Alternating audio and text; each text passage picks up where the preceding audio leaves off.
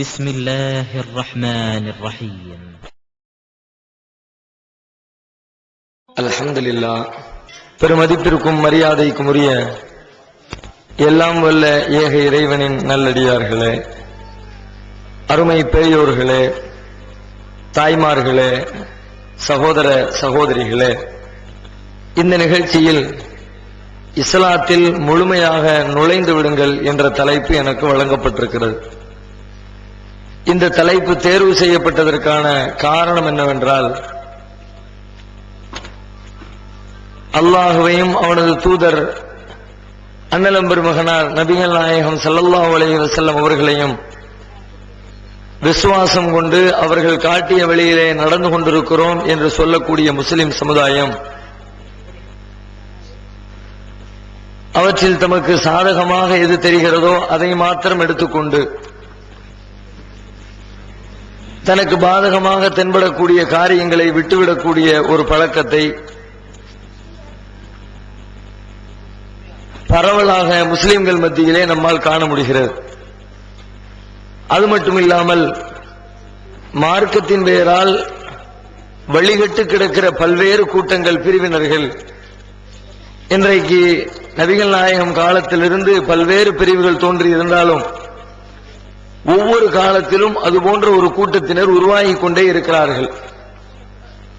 அவர்களும் திருமறை குர்ஆனில் இருந்தே சான்றுகளை முன்வைக்கிறார்கள். நபிகள் நாயகத்தின் போதனைகளிலிருந்தே ஆதாரங்களை எடுத்துக்காட்டி இந்த அடிப்படையில் தான் மார்க்கத்தை பின்பற்ற வேண்டும் என்று சொல்லி சில வாதங்களை மக்கள் மத்தியில் முன்வைக்கிறார்கள். ஆனால் அந்த விஷயங்களை முழுமையாக திருமறை குர்ஆனில் ஆய்வு செய்து பார்த்தால் அவர்கள் எடுத்துக்கொண்டிருப்பது ஒரு சில வசனங்களை மட்டும்தான். அது குறித்து சொல்லப்படுகிற வேறு பல தகவல்களை எல்லாம் புறக்கணித்து விட்டுத்தான் அவர்கள் அரைகுறையாக திருமறை குர்ஆனை புரிந்து கொண்டு மக்களுக்கு தவறான கருத்துக்களை சொல்லி வருவதை பார்க்க முடிகிறது. அந்த தவறான சிந்தனை கொண்டவர்களை அடையாளம் காட்டுவதற்காகவும் அரைகுறையாக விளங்கி நாம் செய்து கொண்டிருக்கிற பல தவறான வழிபாடுகளை புரிய வைப்பதற்காகவும் முழுமையாக இஸ்லாமிய மார்க்கத்தை சாதக பாதகம் என்று பார்த்து பிரித்து விடாமல் அல்லாஹ் நமக்கு கட்டளையிடுகிற அத்தனை போதனைகளையும் முழுமையாக செயல்படுத்துகிற மக்களாக நாம் நம்மை ஆக்கிக் கொள்ள வேண்டும் என்ற தூர நோக்கத்தோடும் இந்த தலைப்பு இங்கே தேர்வு செய்யப்பட்டிருக்கிறது. இஸ்லாமிய மார்க்கத்தில் அல்லாஹ்வால் நமக்கு கட்டளையிடப்பட்டிருக்கிற போதனைகள் ஏராளம் இருக்கிறது என்பதனை நாம் அறிந்திருக்கிறோம். அந்த போதனைகளில் பலவற்றை நாம் பின்பற்றவும் செய்கிறோம். இறைவன் தொழுகையை நிலைநாட்டுமாறு நமக்கு கட்டளையிடுகிறான். அவ்வாறு அந்த கட்டளையை நிறைவேற்றக்கூடிய முஸ்லிம்களை கணிசமாக பார்க்க முடிகிறது. இறைவன் தன்னிடத்திலே பிரார்த்தனை செய்யுமாறு மனிதர்களுக்கு கட்டளை பிறப்பிக்கிறான். அவனிடத்திலே கையேந்தி பிரார்த்தனை செய்யக்கூடிய முஸ்லிம்களை கணிசமாக பார்க்க முடிகிறது. இறைவன் நோன்பு நோக்குமாறும் ஜகாத்தை வழங்குமாறும் அவனது ஆலயத்தை ஹஜ் செய்து வருமாறும் திருமறை குர்ஆனை படித்து உணருமாறும் இப்படி இன்னும் ஏராளமான கட்டளைகளை வழிபாடுகளாக இஸ்லாம் நமக்கு சொல்லித் தருகிறது. அவற்றில் பல்வேறு காரியங்களை முஸ்லிம் சமுதாயம் செய்து வருகிறது. ஆனால் அந்த காரியங்களை எல்லாம் செய்யக்கூடிய முஸ்லிம்கள் இதனை தாண்டி இஸ்லாம் சொல்லக்கூடிய பலதரப்பட்ட காரியங்களை கண்டும் காணாமல், குறிப்பாக வழிபாட்டை பின்பற்றக்கூடிய முஸ்லிம்கள் பொருளாதார ரீதியாக இஸ்லாம் சொல்லக்கூடிய கடமைகளை பின்பற்றுகிறார்களா என்று ஆய்வு செய்தால் பொருளாதார ரீதியான அந்த விஷயங்களை மாத்திரம் தனக்கு தேவைப்படுகின்ற வசனங்களை விட்டுவிட்டு தேவைப்படுகின்ற வசனங்களை மாத்திரம் தேர்ந்தெடுத்து செயல்படுத்துவதை பார்க்கிறோம். பொருளாதாரத்திற்கு இஸ்லாம் சில வரையறைகளை விதிக்கிறது. வழிபாடு செய்ய சொன்ன இறைவன், தொழுமாறு கட்டளையிட்ட இறைவன், நீங்கள் உங்கள் வாழ்க்கை தேவைக்காக பொருளீட்டுகிற பொழுது அதற்கு சில வரையறைகள் இருக்கிறது என்று எல்லை கோடுகளை வகுத்து தருகிறான். உதாரணமாக வட்டி என்ற வன்கொடுமையை திருமறை குர்ஆனிலே இறைவன் சுட்டிக்காட்டி, நீங்கள் பொருளீட்ட வேண்டும் என்று சொன்னால் உங்களின் பொருளாதாரத்தில் எந்த நேரத்திலும் எந்த நிலையிலும் எல்லளவிற்கு கூட வட்டியின் சாயல் கூட கலந்துவிடக் கூடாது. யம்ஹகுல்லாஹு ரிபா வ யுர்பி ஸதகாத், வட்டியை அல்லாஹ் அழிக்கிறான், தர்மத்தை இறைவன் வளர்க்கிறான். எனவே வட்டி வாங்காதீர்கள். திருமறை குர்ஆன் எச்சரிக்கை செய்கிறது. அண்ணலம் பெருமகனார் சொல்கிறார்கள், லான அல்லாஹு ஆக்கில ரிபா வ மூக்கிலஹு வ காத்திபஹு ஓ ஷாஹிதைஹி, வட்டி வாங்குபவர், வட்டி கொடுப்பவர், வட்டிக்காக கையெழுத்திடுபவர், வட்டிக்காக சாட்சியாளராக இருப்பவர்கள், இவர்கள் அனைவரையும் அல்லாஹ் சபிக்கிறான். இவர்கள் அனைவருமே பாவத்தில் கூட்டாளிகள் தான். வாங்கினாலும் பாவம், கொடுத்தாலும் பாவம். இன்றைக்கு இந்த வட்டி என்ற பொருளாதார திட்டத்திலிருந்து இந்த சமுதாயம் விடுதலை பெற்றிருக்கிறதா? அல்லாஹ் தடை செய்ததிலிருந்து முழுமையாக தன்னை தடுத்துக் கொண்டிருக்கிறாரா என்று பாருங்கள். வெளிநாடுகளிலிருந்து வியாபாரம் செய்து பொருள் ஈட்டி வருகிறார். ஓரளவுக்கு கையில பொருள் சேர்ந்திருக்கிறது. அடுத்த கட்ட திட்டம் என்ன, லட்சியம் என்ன? கையில காசு சேர்ந்த உடனே ஒரு வீடு கட்ட வேண்டும். வீடு கட்டுவதற்காக முயற்சி செய்கிறார். 5 லட்சம் ரூபாய் பட்ஜெட். வீடு கட்ட ஆரம்பிச்சதுக்கு பிறகு பார்த்தா பட்ஜெட் லெவல் அதிகரித்துக் கொண்டே போகிறது. 5 லட்சம் 7 லட்சம் ஆகுது. கையில காசு இல்ல. எங்கிட்டாவது கொண்டு போய் நகை அழகு வை, வட்டி கணக்கார வீட்டுல போய் நில்லு, வட்டிக்கு கையெழுத்து போட்டு காசை வாங்கிட்டு வந்து பெருமைக்காக வேண்டி வீடு கட்டி முடிப்பதை பார்க்கிறோம். பெருமைக்காக வட்டி வாங்கி திருமணம் முடிப்பதை பார்க்கிறோம். பெருமைக்காக தன்னுடைய ஆடம்பர வாழ்க்கைக்காக வட்டியிலே போய் கால் வைத்து அழிந்து நாசமாவதை பார்க்கிறோம். கேட்டால் அதுவெல்லாம் வியாபாரம். வியாபாரம் செய்கிறார்கள். வியாபாரத்திலே பொய் பேசக்கூடாது, நேர்மையாக இருக்க வேண்டும் என்று குர்ஆன் சொல்கிறது. நேர்மையாக உண்மை பேசி வியாபாரம் செய்ய வேண்டும் என்று இஸ்லாம் வலியுறுத்துகிறது. அப்படியெல்லாம் வியாபாரம் செய்தால் லாபம் சம்பாதிக்க முடியுமா? இதுவெல்லாம் சின்ன சின்ன விஷயங்களை பார்த்துக் கொண்டிருந்தால் வாழ்க்கையில் முன்னேற முடியுமா என்று சொல்லிக்கொண்டு வியாபாரத்தில், பொருளீட்டலில் இஸ்லாம் விதித்திருக்கக்கூடிய கடமைகளை எல்லாம் புறக்கணித்து விட்டு தொழுகைக்கு வந்து நின்று தக்பீர் கட்டி தொழுது சலாம் கொடுக்கக்கூடிய முஸ்லிம்களை பார்க்கிறோம். தொழுகையை மாத்திரம்தான் இறைவன் பார்ப்பானா? தொழுகையில் விழித்துக் கொண்டிருக்கிற இறைவன் நீங்கள் வியாபாரம் செய்யும் போது தூங்கி விடுவானா? நோன்பு வைக்கும் பொழுது உங்களை கண்காணிக்கக்கூடிய இறைவன் நீங்கள் வீடு கட்டும் போது அவன் உங்களை கண்காணிக்காமல் விட்டு விடுவானா? யோசித்து பார்க்க வேண்டும். அதுவும் இறை கட்டளை, இதுவும் இறை கட்டளை. உங்களுக்கு தேவையான தொழுகையை எடுக்கிறீர்கள், எந்த கஷ்டமும் இல்ல.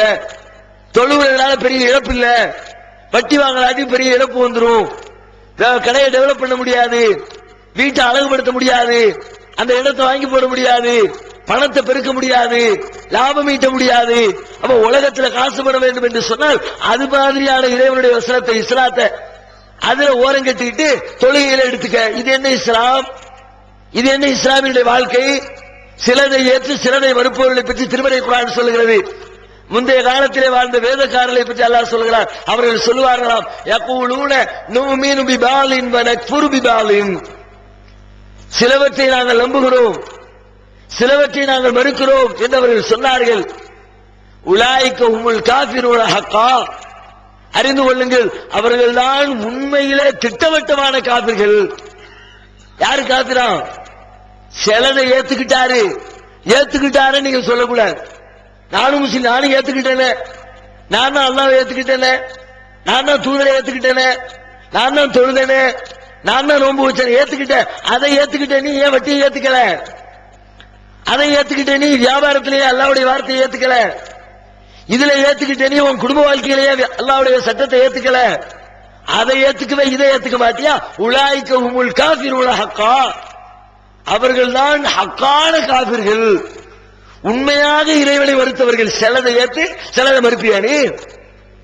அது அப்படிப்பட்ட இஸ்லாம் கிடையவே கிடையாது. இஸ்லாம் நீ சொல்றதா நீ ஒண்ணு முஸ்லீம் சொன்னா முழுமையான முஸ்லீம் ஆயிரு. சில நேரங்களில் இயலாமையில, பலகீனத்துல, வேற வழி இல்லாம நிர்பந்தத்துல பின்பற்ற முடியாமல் போகலாம். அது வேற விஷயம், அது விதிவிலக்கு. நிர்பந்தமான சூழ்நிலையில எதையும் செய்வதற்கு மார்க்கத்தில் அனுமதி இருக்கிறது. தாப்பனார கொண்டு ஆஸ்பத்திரியில் அட்மிட் பண்ணிட்டு வந்திருக்கிறோம்.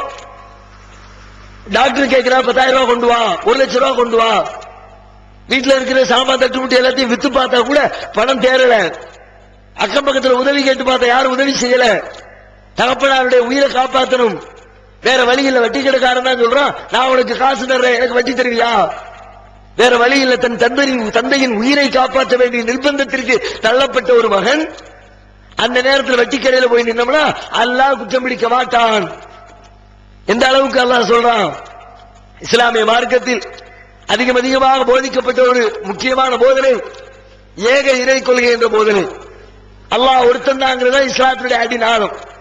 எல்லாத்துக்குமே தெரியும். லா இலாஹ இல்லல்லாஹ், வணக்கத்திற்குரியவன் அல்லாஹ்வை தவிர யாருமே இல்ல. எல்லாரும் பாடத்தில் படிச்சு வச்சிருக்கக்கூடிய ஒரு சின்னஞ்சிறு ஒரு இஸ்லாத்துடைய அடிப்படை கோட்பாடு, விதிமுறை இது. அல்லாஹ் சொல்றான், நிர்பந்தமான சூழ்நிலையில நீ இந்த இஸ்லாத்தினுடைய அடிப்படை விதியையே மறுத்தாலும் சரி, உன் மீது நான் குற்றம் பிடிக்க மாட்டேன். இல்லாமல் உக்கிரிய கல்புஹு முத்துமையின்னும் பில்லீமான், நிர்பந்திக்கப்பட்டவருக்கு குற்றம் கிடையாது.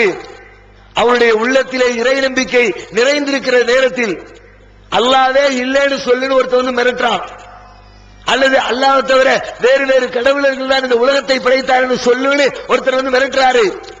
அதை சொல்லலாட்டி உயிரை எடுத்துருவேன்னு சொல்றாரு. இப்ப என்ன பண்றது? அல்லாஹ்தான் சொல்லி உசுர விடுறது கட்டாயம் இல்ல. அவன் சொல்ற மாதிரி சொல்லி நீ உசுர காப்பாற்றி கொண்டு வரலாம். உன் உயிரை காப்பாற்ற வேண்டிய நிர்பந்தத்தில் இருக்கிறாய். இந்த நேரத்தில் உனக்கு இந்த சட்டம் கிடையாது, உனக்கு விதிவிலக்கு தர்ற, அப்படி விதிவிலக்கு சொல்லப்பட்டிருக்கிறது. அதை தாண்டி மற்ற நேரங்களில் சாதாரணமான தருணங்களில் சிலவற்றை நீ ஏற்றுக்கொண்டு இஸ்லாம் சொல்லக்கூடிய வேறு சில சட்டங்களை மறுத்தால் நீ மறுத்தவன்.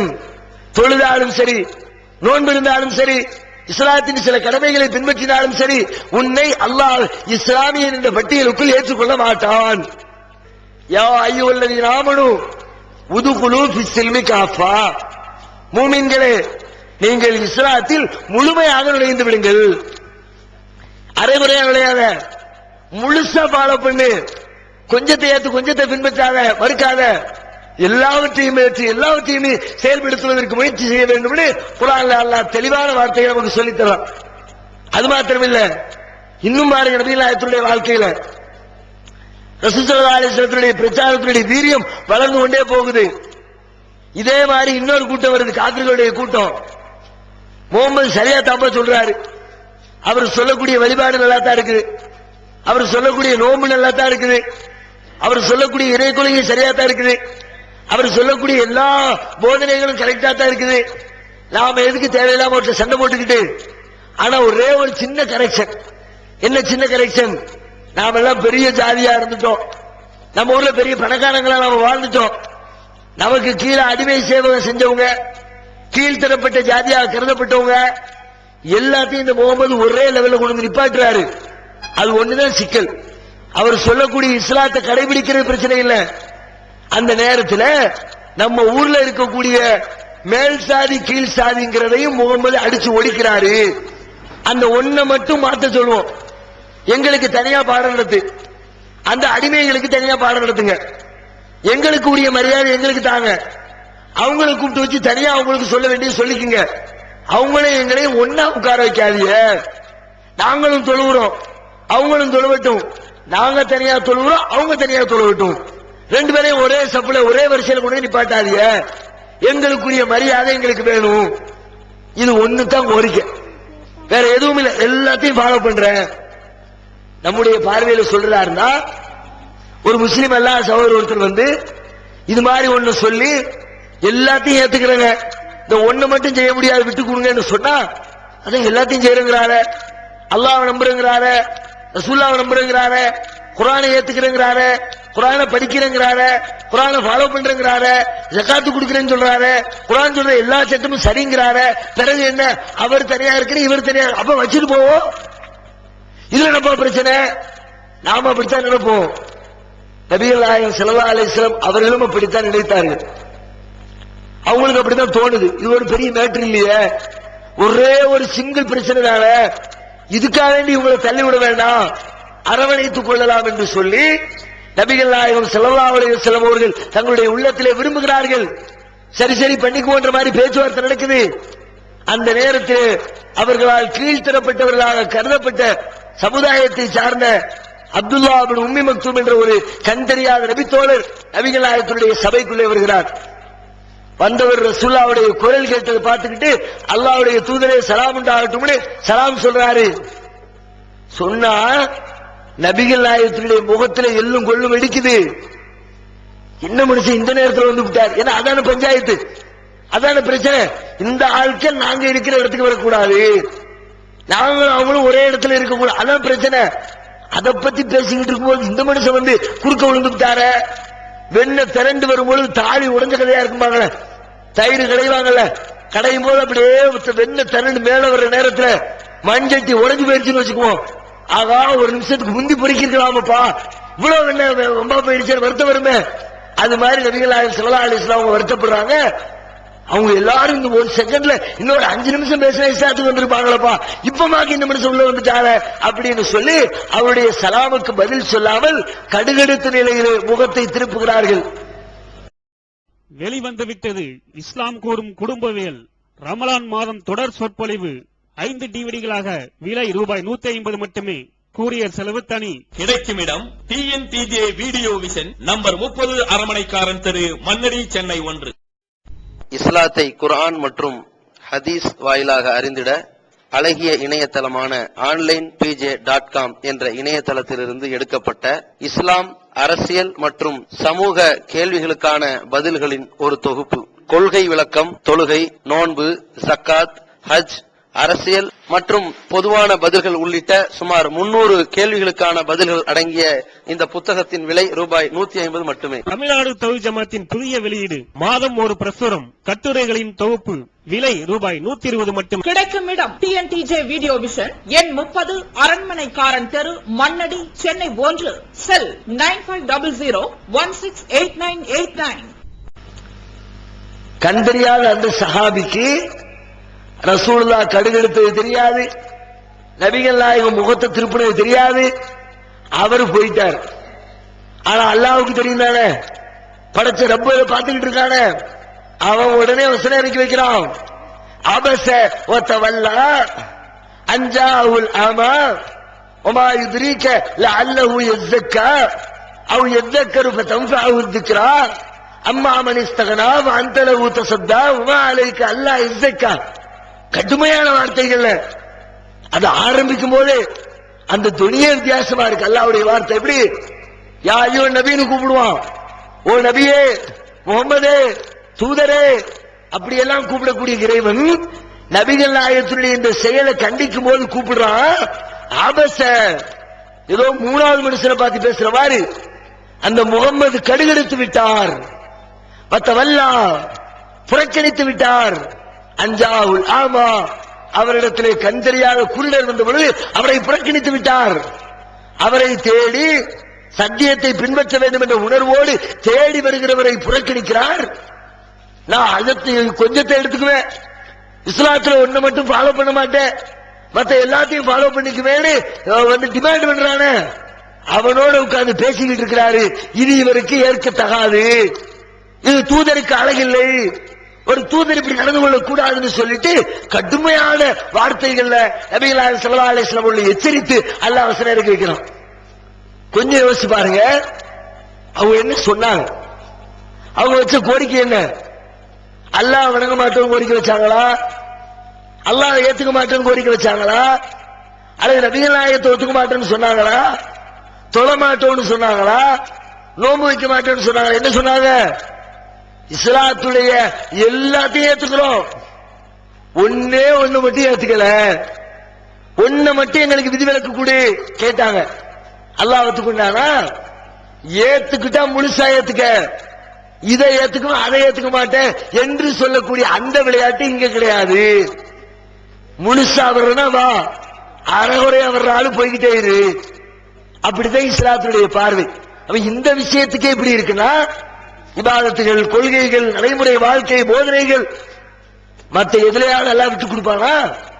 இதையெல்லாம் வைத்து பார்க்கிற பொழுது நாம் புரிந்து கொள்ளக்கூடிய மிக முக்கியமான ஒரு செய்தி, குர்ஆன்ல அல்லாஹ் ஒரு சட்டத்தை சொன்னால் அதை முழுதாக பார்க்க வேண்டும், முழுமையாக படிக்க வேண்டும், முழுதாக அதை பின்பற்ற வேண்டும். என்னுடைய மனோ இச்சைக்காக சிலதை விடுவது, என்னுடைய பெற்றோர்களுக்காக சிலதை விடுவது, என்னுடைய ஊர்க்காரர்களுக்காக சிலதை விடுவது, என்னுடைய ஆண்டாண்டு கால பழக்கத்திற்காக வேண்டி சிலதை விடுவது, சிலதை விட்டு அது சின்னதானப்பா அதை விட்டு மற்றதை எடுத்துக்குவோம் அப்படி சொல்வது அல்லாஹ்விற்கு பிடிக்காது. அப்படி சொல்றது இஸ்லாத்துல கிடையாது. ஏத்தா முழுசா ஏத்துக்க, இஸ்லாத்துடைய அழுத்தம் திருத்தமான போதனை இது. இதை இன்றைக்கு முஸ்லிம்களாக நாம் கடைபிடிக்கிறோமா? நம்முடைய வாழ்க்கையில் பின்பற்றப்படுகிறோம்? கொஞ்சம் யோசிச்சு பாருங்க. எத்தனையோ இபாதத்துகள், உதாரணமா சொல்றாருன்னா பிரார்த்தனை என்ற இபாதத்து. நபிகள் நாயகம் ஸல்லல்லாஹு அலைஹி வஸல்லம் சொன்னாங்க, அத்வாவு ஹுவல் இபாதா, துஆ செய்கிறோமே, பிரார்த்தனை செய்கிறோமே, அதுதான் ஒரு வணக்கம், அதுவே வணக்கம். வணக்கத்திலேயே தலை சிறந்த வணக்கம் அல்லாஹ்விடத்தில் கையேந்தி துஆ செய்யக்கூடிய வணக்கம். அதுதான் அல்லாஹ்வுக்கு ரொம்ப பிடிக்கும். அல்லாஹ்விடத்தில் கையேந்து அழுகுறோமே, அப்பதான் நாம் அடியான் என்பது வெளிப்படக்கூடிய, அல்லாஹ் எனக்கு ஒண்ணுமே முடியாத ரப்பே என் பாவத்தை மன்னிச்சிடா என்று நம்முடைய இயலாமையை பலகீனத்தை ஒத்துக்கொள்ளக்கூடிய தருணம் துவா கேட்கக்கூடிய தருணம். அதனால அல்லாஹ்வுக்கு ரொம்ப பிடிக்கும். அந்த துவா எல்லோரும் செய்கிறோம். துவா செய்யுமாறு குர்ஆன் வலியுறுத்துகிறது. அல்லாஹ்விடத்திலே பிரார்த்தனை செய்யுங்கள், என்னிடத்திலே துவா அழையுங்கள், என்னையே கூப்பிடுங்கள், நான் உங்களுக்கு பதிலளிக்கிறேன். பல்வேறு இடங்கள் அல்லாஹ் சொல்றான். நபிகள் நாயகம் ஸல்லல்லாஹு அலைஹி வஸல்லம் அவர்களும் நமக்கு அதை போதனையா செய்யறாங்க. நீங்க அல்லாஹ்விடத்தில் அதிகமா துவா செய்யுங்க, உங்களுடைய தேவைகளுக்காக கோரிக்கை வைங்க. பல்வேறு நபிமார்கள் கோரிக்கை வச்சாங்க, குர்ஆன் சொல்லு. இதை எல்லா முஸ்லிமும் ஒத்துக்கொள்கிறார்கள். இந்த துவா செய்யணுங்கிற கான்செப்டை ஏற்றுக்கொள்ளாத எந்த முஸ்லிமும் கிடையாது. முஸ்லிம்கள் எத்தனை பிரிவு இருக்கிறதோ எந்த பிரிவுக்கு போய் கேளுங்க. மதுஹபுகளின் பெயரால் இருக்கிற பிரிவா இருந்தாலும் சரி, சாதி மதுஹபை போய் கேளுங்க, துவா செய்யணும்பாங்க. ஹனபி மதுஹப் துவா செய்யணும், ஹம்பலிகளை துவா செய்யும்பாங்க, மாலிகி துவா செய்யும்பாரு, தரீகால போய் நிலுங்க அவங்களுக்கு துவா செய்யணும்பாங்க. சாதிரியா அதுவும் துவா செய்யு, காதிரியா அதுவும் துவா செய்யு, தௌஹீத் அவனும் துவா செய்யு, சியாட்ட போய் கேளு அவனும் துவா செய்யு. எவன்கிட்ட போய் கேட்டாலும் சரி, தன்னை முஸ்லிம் என்று சொல்லிக் கொடுக்கிற எல்லாரும் ஒத்துக்கொள்கிற ஒரு மேட்டர் ஒண்ணு, அல்லாஹ்விடத்துல கையேந்தி அல்லாஹ்விடத்துல துவா செய்யணும் என்ற ஒரு செய்தி. அதை ஒத்துக்கிறோம்ல, அல்லாஹ் துவா செய்ய சொன்னாங்கிறத ஃபாலோ பண்றோம்ல. ஆனா எப்படி எல்லாம் செய்யணும் சொன்னாலும் அந்த முழுமையான விதிமுறைகளை ஃபாலோ பண்ணுகிறோமா? துவா செய்கின்ற அந்த போதனையை ஏற்றுக்கொண்ட முஸ்லிம் சமுதாயம் அதை எவ்வாறு செய்ய வேண்டும் என்று அல்லாஹ் கட்டளையிட்டாலும் அப்படி செய்கிறதா? அதுல பாதி விட்டுருச்சு. துவா செய்யறதை எடுத்துக்கிச்சு, எப்படி செய்யணுங்கிற விட்டுருச்சு. எப்படி செய்து கொண்டிருக்கிறார் இன்றைக்கு? ஒவ்வொரு தொழுகையிலும் பள்ளிவாசலில் தொழுகை முடிந்த உடனே இமாம் கையேந்து சப்தமிட்டு துவா செய்கிறார். ரப்பனா ஆத்தினா ஃபித் துன்யா ஹஸனா வ ஃபில் ஆখিরাতি ஹஸனத்தன் வ கினா அஸாபன்னார். உடனே பின்னாடி இருக்கிற எல்லாரும் ஆமீன் கூட்டாக பிரார்த்தனை நடைபெறுகிறது. சப்தமிட்டு ஒருவர் துவா செய்ய பின்னாடி இருக்கிறவர்கள் ஆமீன் சொல்லக்கூடிய ஒரு பழக்கம். குர்ஆன்ல அல்லாஹ் என்ன சொல்றான் தெரியுமா? துவாவை பத்தி அல்லாஹ் சொல்லி காட்டுறான். உது ரப்பக்கும் தவர்ருஅன் வ குஃபியத்தன், நீங்கள் உங்கள் இறைவனிடத்திலே துவா செய்யுங்கள். அதற்கு ரெண்டு முக்கியமான விதிகள், ரெண்டு முக்கியமான கடமைகள். என்ன ரெண்டு விதிகள்? ஒன்னு தவர்ருஅன், பணிவாக துவா செய்யுங்கள். பணிஞ்சி கெஞ்சி கூத்தாரு அல்லாஹ்விடத்துல, யா அல்லாஹ் உன்னை விட்டா எனக்கு யார் இருக்கிறா? அப்படிதான் கேட்கணும். நீ எனக்கு அதை கூட, நீ எனக்கு அதைத்தான். ஆர்டர் போடக்கூடாது. அவன் நமக்கு ஒன்றும் அடிமை இல்லை, நம்முடைய வேலைக்கார இல்ல, நம்முடைய எஜமானன், நம்மை படைத்த இறைவன். அப்ப அவனிடத்துல பணிவா கேட்கணும். அடுத்து என்ன செய்யணும்? ஓ குஃபியத்தன், ரகசியமா செய்யணும். துவாங்கிறது எனக்கும் என் ரப்புக்கும் மத்தியில மட்டும்தான் இருக்கணும். அடுத்தவனுக்கு தெரிகிற மாதிரி ஊரை கூட்டி சத்தம் போடக்கூடாது. 7வது அத்தியாயம் 55வது வசனத்தில் திருமறை குர்ஆனில் செல்ல தெளிவாக சொல்லப்பட்டிருக்கிற போதனை இது. துவா செய்ய வேண்டும் என்பதை ஒத்துக்கொண்டிருக்கிற முஸ்லிம் சமுதாயம் துவாவுக்கு கடைபிடிக்க வேண்டிய இந்த ரெண்டு விதிமுறைகளை கடைபிடிச்சுச்சா? கடைபிடிக்க காலம் பாதி ஏத்துக்கிட்டு பாதியை விட்டுருச்சு. சத்தம் போட்டு துவா, அந்த துவாவால் அர்த்தத்தோடு இருக்குதா? ஏதாவது ஒரு பொருள் உள்ளதா இருக்குதா? அர்த்தம் இல்லாம அரபி மொழியில கேட்கிறிய, பின்னாடி உட்கார்ந்து ஆமீன் சொல்றது யாரு? எல்லாம் தமிழ்காரங்க, அரபி மொழி அர்த்தம் தெரியாதவங்க. அவர் என்னத்தை கேட்காருன்னே விளங்கல, விளங்காதவனுக்கு ஆமீன் போடுறீங்களே. நபிகள் நாயகம் சொன்னார்கள், பொதுபோக்கான உள்ளத்திலிருந்து வரக்கூடிய பிரார்த்தனையை அல்லாஹ் அங்கீகரிக்க மாட்டான். நான் என்ன சொல்றேன்னு விளங்கி அல்லாஹ்விடத்தை கேட்கணும். என்னன்னே புரியாம கேட்டா அதுக்கு பேர் துவா இல்ல. புரிஞ்சு கேட்கணும், விளங்கி கேட்கணும். யா அல்லாஹ் இந்த குறை எனக்கு நிவர்த்தி செய்து வை என்று சொல்லி தன்னுடைய தேவைகள் அல்லாஹ்விடத்தில் கேட்கணும். ஆனா எனக்கு என்ன கேட்கிறேன்னு யாருக்காவது தெரியுமா? இஷா தொழுகைக்கு பிறகு இமாம் துவா செய்ய மற்றவங்க ஆமீன் சொன்னீங்களே, ஆமீன் சொன்னவர்களிடத்திலே கேட்கிறேன், நீங்கள் என்ன துவா செய்து விட்டு வந்தீர்கள்? ஒண்ணு சரி, என்னமோ கேட்டார், நல்லதைத்தானே கேட்டிருப்பார். அவர் நல்லதை கேட்டாரா கெட்டதை கேட்டாரா தெரியுமா? அவருக்கு ஏதாவது ஒரு தேவை, உங்களுக்கு வேற ஒரு, எல்லாருடைய தேவையும் ஒன்னா இருக்காது. எல்லா மனுஷனுடைய தேவையும் ஒரே தேவையா இருக்காது. ஒரு மனுஷனுக்கு ஒரு தேவை, இன்னொரு மனுஷனுக்கு தேவை வித்தியாசப்படும். இமாம் அவருடைய தேவையை கேட்பாரு, அந்த தேவை உங்களுக்கு எதிராக இருக்கும். இமாமுக்கு 5 பொட்ட பிள்ளைகள் வரைக்கும் உதாரணத்துக்கு வச்சுக்குவோம். இமாமுக்கு 5 பொம்பளை பிள்ளைகள் நல்லா கொடுத்துட்டான். அவரு எல்லாம் ஒரு ஆம்பளை பிள்ளைய கொடுறான்னு கையெழுந்துவார். பின்னாடி 5 ஆம்பளை பிள்ளைய பெற்ற ஒருத்தன் ஒரு பொட்ட பிள்ளைய கொடுறான்றதுக்காக கையெழுந்து நிற்பார். அவரு கேட்கிற அரபி துவாவுக்கு இவர் ஆமீன் சொல்றாரு. இருக்கு இவருக்கு எது தேவையோ அதற்கு எதிராக அல்லாஹ் அடுத்த கை நடக்குமா இல்லையா? புரிஞ்சு கேட்டா ஒருத்தர் ஆமீன் சொல்வாரா? புரியாம கேட்டா ஆமீன் ஆமீன் ஆமீன் ஆமீன் வெறுமன ஆமீன். எந்த அளவுக்கு கேலி கூத்தா இருக்கும்னா, சில நேரங்கள் அபூர்வ துவா, சில சிறப்பு மிகுந்த நாட்கள் சொல்லிட்டு லைலத்துல் கத்ர் பராத்திரவன் இல்லாத இருக்கிற சில இரவுகள் இல்லாத சில இரவுகளை வச்சுக்கொண்டு அதுல நீட்டி முழங்கி அதற்கு துவா ஓதுவார். அரபி மொழி தெரிஞ்சவன் வந்து பார்த்தோம்னா காரி துப்பிடுவான், சிரிச்சிருவான். அந்த அளவுக்கு கூத்து நடக்கும். இமாம் துவா செய்வார். துவாவுக்கு ஆமீன் சொல்லுவாங்க. எப்படி ஆமீனுக்கு அளவுகள் என்ன? ஒரு கோரிக்கையை வச்ச உடனே ஆமீன் சொல்ல அப்படி அளவுகள் இல்ல. இமாமு மூச்சு விடுறதா அளவுகள். அவர் ஓடிட்டே வந்து நிப்பாட்டிட்டாரோ நமக்கு ஆமீன் சொல்றதுக்கு அதற்கு கேப் விடுறாரு, உடனே ஒரு ஆமீனை போட்டு நீட்டி முழங்கி பெரிய துவா ஆகுவார். நிறைய ஆமீன் போட வச்சா அது பெரிய அபூர்வ துவா மாறிடும். அந்த ஆமீனுக்கு அவரு ஒரு 4 துவா மனப்பாடம் பண்ணி வச்சிருப்பாரு. நிறைய ஆமீன் போட வைக்கணும்ன்றதுக்காண்டி சின்ன சின்னதா பூச்சி விடுறது. சில நேரத்தில் ரப்பனா ஸலம்னா அன்ஃபுஸனா வ இல்லம் தக்ஃபிர் லனா வ தர்ஹம்னா லனகூனன்ன மினல் காசிரீன் ஆமீன் அப்படிம்பாங்க. சில நேரத்தில் எப்படி ரப்பனா ஸலம்னா ஆமீன் அன்ஃபுஸனா ஆமீன் வ இல்லம் தக்ஃபிர் லனா ஆமீன் வ தர்ஹம்னா ஆமீன் லனகூனன்ன மினல் காசிரீன் ஆமீன். வார்த்தைக்கு வார்த்தை ஆமீன். ரப்பனா ஸலம்னா எங்கள் இறைவா எங்களுக்கு நாங்களே அநியாயம் செய்து விட்டோம் ஆமீன். எதுக்கு ஆமீனே? அநியாயம் செய்வேன்னு சொல்லி ஆமீனா அல்லது இப்படித்தான் நடப்பேன் ஏத்துக்கேன் ஆமீனா? என்ன ஆமீனு? ரப்பனா லலம்னாவுக்கு ஆமீன் சொன்னீங்கப்பா, ஏன் ஆமீன் சொன்ன? நடக்கலைங்கிறீங்களா? ஒவ்வொரு பள்ளிவாசலையும் ஒவ்வொரு அஜர்த்துமாரி பின்னாடியும் இது நடந்து கொண்டே இருக்குது. என்னத்தை கேட்கிறோன்னு தெரியல, ஆமீன் போட்டு உட்கார்ந்து இருக்கிறோம். இது அல்லாஹ் ஏத்துக்குவானா? சில மதரசாக்கள்ல போய் பாருங்க, மாணவர்கள் கால பள்ளிவாசல சுபு நேரத்தில் பாருங்க, பல தூண்ல உட்கார்ந்துக்கிட்டு ஆமீன் போற அல்லாஹ் இடத்துல துவா கேட்கிற லட்சணம் உள்ள ஈடுபாட்டோடு பிரார்த்தனை செய்ய வேண்டிய முஸ்லிம்கள் அதற்கு கையில துவா செய்யற பொறுப்பு ஒப்படைச்சதனுடைய விளைவு என்ன?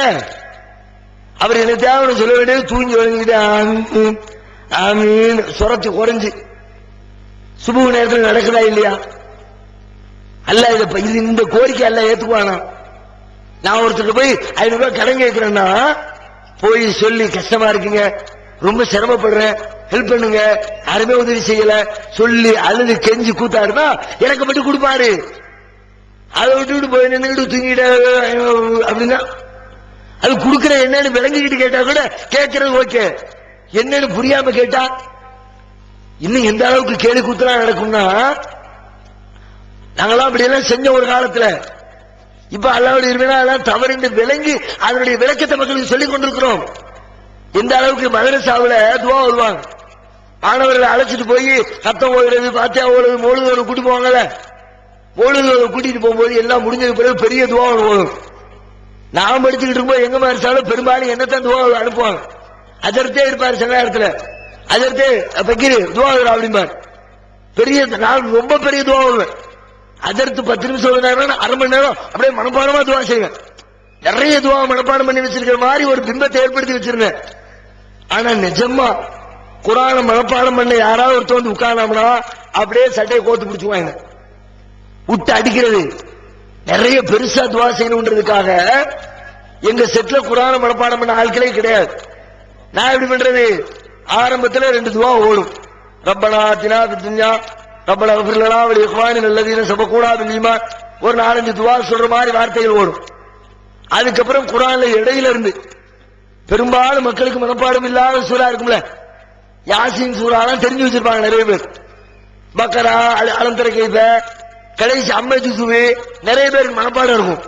அதனால மனப்பாடம் இல்லாத சூறாவா பார்த்து சூரத்துல் நம்ல், சூரத்துல் கஸஸ், சூரத்துல் அன்கபூத், இது மாதிரியான சூரத்துல் அம்பியா, சூரத்துல் முஃப்லிஹூன், அது மாதிரி சூறாவையா தேர்ந்தெடுக்க வேண்டியது.